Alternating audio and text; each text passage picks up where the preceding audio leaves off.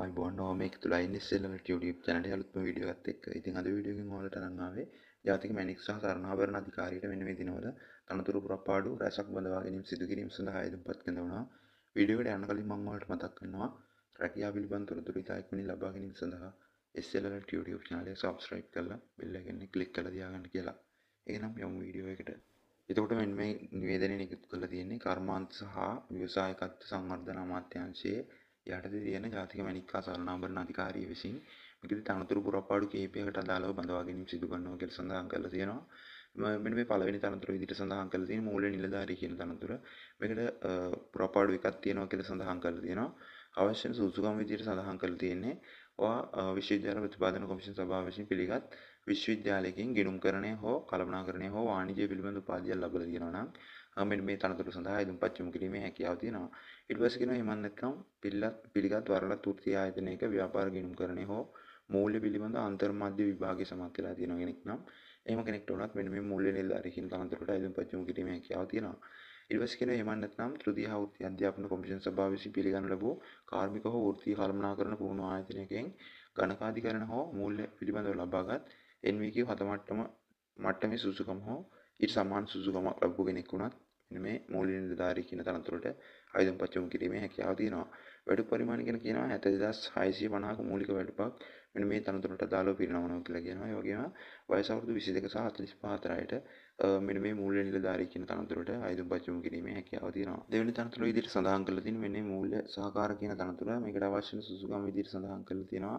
ඔයා ගණකාධිකරණ හෝ කළමනාකරණය හෝ වාණිජ්‍ය හෝ ආර්ථික විද්‍යාව පිළිබඳ ප්‍රථම උපාධියක් ලබා තිබීම ලැබපු කෙනෙක් නම් මේ මූල්‍ය සහකාර කියන තනතුරට ඉදම්පත් යොමු කරන්න පුළුවන්. ඊට පස්සේ කියනවා එහෙමත් නැත්නම් ශ්‍රී ලංකා වරලත් ගණකාධිවරුන්ගේ ආයතනයේ හෝ කළමනාකරණ ගණකාධිවරුන්ගේ වරලත් ආයතනයේ හෝ සාධිකලත් සහ සංයුක්ත ගණකාධිවරුන්ගේ අංගමෙහි අන්තර්මාධ්‍ය විභාගයේ සමත් වී තියෙන කෙනෙක් හෝ ගණකාධිකරණය පිළිබඳ උසස් ජාතික ඩිප්ලෝමා පාඨමාලාව සමත් වෙච්ච කෙනෙක් නම් මෙන්න මේ මූල්‍ය සහකාර කියන තනතුරට ආයුධපත් යොමු කිරීමේ හැකියාව තියෙනවා.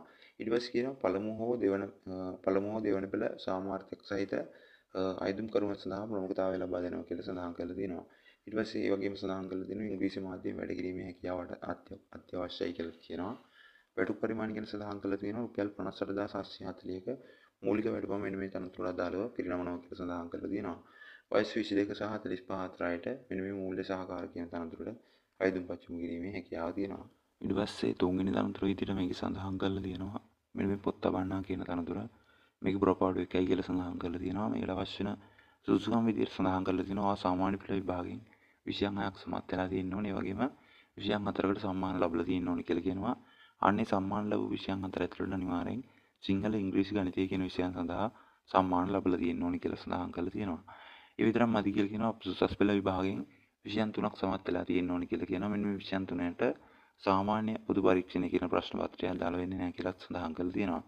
ඊට පස්සේ අයන විදිහට සඳහන් කරලා තියෙනවා පොත් තබන්නාගේ ආයතනයේ සමාජිකත්වයේ හෝ ශ්‍රී ලංකා ගණකාධිකරණ ශිල්පී ආයතනයේ අවසන් විභාගයේ සමත් වීම හෝ පිළිගත් ආයතනයකින් ජාතික වෘත්තීය සුසුකම් පියවර 5 කියන්නේ NVQ 5 මට්ටමට නොඅඩු ගණකාධිකරණ ඩිප්ලෝමා සහතිකයක් ලැබලා තියෙන්නත් ඕනි කියලා සඳහන් කරලා තියෙනවා. ඒකට පොත් තබන්නා කියන තනතුරට මෙන්න මේ සාමාන්‍ය පෙළ උසස් පෙළ සහ මෙන්න මේ සඳහන් කරපු කුමන සුසුකමකුත් ඔයාලට අනිවාර්යෙන් තියෙන්න ඕනේ. ඊට පස්සේ කියනවා ඉංග්‍රීසි මාධ්‍යයෙන් වැඩ කිරීමේ හැකියාව අත්‍යවශ්‍යයි කියලා කියනවා. ඒ වගේම අදාළ ශාස්ත්‍රීය පළපුරුද්ද අමතර සුසුකමක් විදිහට සලකනවා කියලා සඳහන් කරලා තියෙනවා. වැටුප් පරිමාණ ගැන කියනවා වැටුප රුපියල් 50540ක මූලික වැටුපක් පිරිනමනවා කියලා සඳහන් කරලා තියෙනවා. ඒ වගේම වයස 18 සහ 45 අතර අයට මෙන්න මේ පොත් තබන්නා කියන තනතුරට ආයුධපත් යොමු කිරීමේ හැකියාව තියෙනවා. හතරවෙනි තනතුර විදිහට මේක සඳහන් කරලා තියෙන මෙන්න මේ කළමනාකරණ සහකාර කියන තනතුර මේක පුරපාඩු 10ක් තියෙනවා කියලා සඳහන් කරලා තියෙනවා. මේකට අවශ්‍ය සුසුකම් විදිහට සඳහන් කරලා තියෙන සාමාන්‍ය පෙළ විභාගයෙන් වා විෂයන් 6ක් අනිවාර්යයෙන්ම සමත් වෙලා තියෙන්න ඕනේ. ඒ වගේම සමත් වෙච්ච විෂයන් 6 ඇතුළට අනිවාර්යයෙන්ම සම්මාන 4ක් ලැබපු විෂයන් තියෙන්න ඕනේ කියලා කියනවා. අන්නේ සම්මාන ලැබපු විෂයන් 4 ඇතුළට සිංහල ඉංග්‍රීසි ගණිතය කියන විෂයන් සඳහා අනිවාර්යයෙන්ම සම්මාන ලැබලා තියෙන්න ඕනේ කියලා සඳහන් කරලා තියෙනවා. ඊට පස්සේ කියනවා ඒ විතරක් මදි උසස් පෙළ විභාගයෙන් වා විෂයන් 3කින් සමත් වෙලා තියෙන්න ඕනේ කියලා සඳහන් කරලා තියෙනවා. මෙන්න මේ විෂයන් 3ට සාමාන්‍ය පොදු පරීක්ෂණය කියන ප්‍රශ්න පත්‍රය අදාළ වෙන්නේ නැහැ කියලාත් මේකෙදී සඳහන් කරලා තියෙනවා. කළමනාකරණ සහකාර කියන තනතුරට අදාළ වැටුප් පරිමාණ ගැන සඳහන් කරලා තියෙනවා. රුපියල් 46220ක මූලික වැටුපක් මෙන්න මේ තනතුර සඳහා පිරිනමනවා කියලා සඳහන් කරලා තියෙනවා. මේකට ජීවන ඉදම් දීවනා සහ රජය විසින් අනුමත අනිකුත් දීමනාත් එකතු වෙනවා කියන කාරණයක් මම ඔයාලට මෙතනදී මතක් කරනවා.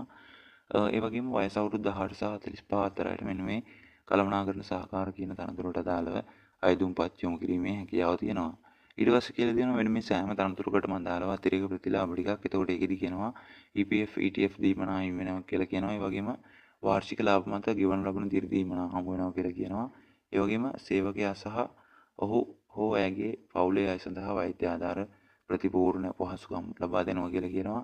ඒ වගේම ප්‍රවාහන දීමනා, ත්‍යාග දීමනා, නිවාස ණය, පොලිස් සහ වෙනත් ණය පහසුකම් වගේ පහසුකම් මෙන්න මේ සියලුම තනතුරු වලට අදාළව ලැබෙනවා කියලාත් මේකෙදි සඳහන් කරලා තියෙනවා. ඊට පස්සේ කියනවා ඉහත සියලු තනතුරු සඳහා අයදුම් කරන පුරවැසියන් දිවෙනේ ඕනෑම ප්‍රදේශයක සේවය කිරීමට බැඳී සිටින්න ඕනි කියලාත් මේකෙදි සඳහන් කරලා තියෙනවා.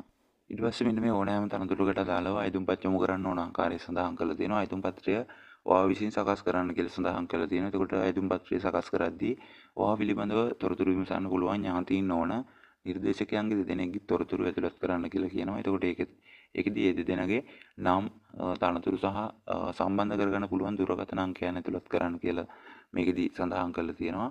ඒ වගේම ඔයාලගේ අධ්‍යාපන සහතිකවල පිටපත් එක්ක ඔයාලගේ ඇප්ලිකේෂන් එක එවන්න කියලාත් මේකෙදී සඳහන් කරලා තියෙනවා. අයදුම්පත් බාර ගන්න අවසාන දිනේ විදිහට සඳහන් කරලා තියෙන 2025 11/7 කියන දින. ඒකට ඊට කලින් ඔයාලගේ අයදුම්පත් යොමු කරන්න කියලා සඳහන් කරලා තියෙනවා. අයදුම් පත්‍රය සහ ඔයාලගේ අධ්‍යාපන සහතිකවල ෆොටෝකොපි දාලා වෙන ලියුම් කවරේ වම් පැත්ත ඉහළ කෙළවරේ ඔයා අයදුම් කරනු ලබන තනතුර පැහැදිලිව සටහන් කරලා එවන්න කියලාත් මේකෙත් සඳහන් කරලා තියෙනවා. ඒ වගේම අනිවාර්යයෙන්ම ලියාපදිංචි තැපෑලෙන් ඔයාලගේ අයදුම්පත් යොමු කරන්න කියලා සඳහන් කරලා තියෙනවා. ලියාපදිංචි තැපෑලෙන් අයදුම්පත් යොමු කරන්න ඕන ලිපිනේ සඳහන් කරලා තියෙනවා. මෙන්න මේ සභාපති සහ ප්‍රධාන විධායක නිලධාරී ජාතික මැණික් සහ සරණාභරණ අධිකාරිය අංක 12 Maxon tower Alfred house garden Colombo 3 කියලා ලිපිනේට තමයි ඔයාලගේ අයදුම්පත් ලියාපදිංචි තැපෑලෙන් යොමු කරන්න ඕනේ. ඊට පස්සේ මේකෙදි කියලා කියනවා සුසුකම් ලබන අයදුම්කරුවන් පමණක් සම්මුඛ පරීක්ෂණයකට භාජනය කරනවා කියලා සඳහන් කරලා තියෙනවා. ඒකට තනතුරු සඳහා වඳවා ගන්නවා කියලා සඳහන් කරලා තියෙන්නේ සම්මුඛ පරීක්ෂණයක් තියලා කියලා මෙන්න මේ දැන්වීමේ සඳහන් කරලා තියෙනවා. ඉතින් මම හිතනවා ඔයාලට මෙන්න මේ ජාතික මැණික් හා සරණාභරණ අධිකාරියට මෙන්න මේ දිනවල වඳවා ගැනීම සිදු කරන තනතුරු වලට අදාළව අවශ්‍ය කරන සුසුකම් සහ අයදුම්පත් යොමු කරන ආකාරය පැහැදිලි වෙන්නදී කියලා මෙන්න වගේ රජයේ රැකියාව බෞද්ධ අංශ රැකියාව රජයේ ගැසට් නිවේදන පිළිබඳ තොරතුරු ඉතාලකමින් ලබා ගැනීම සඳහා SLRT YouTube channel එක subscribe කරලා තියාගන්න කියලා මතක් කරන ගමන් ඊළඟ නම් සුබ දවසක් වේවා.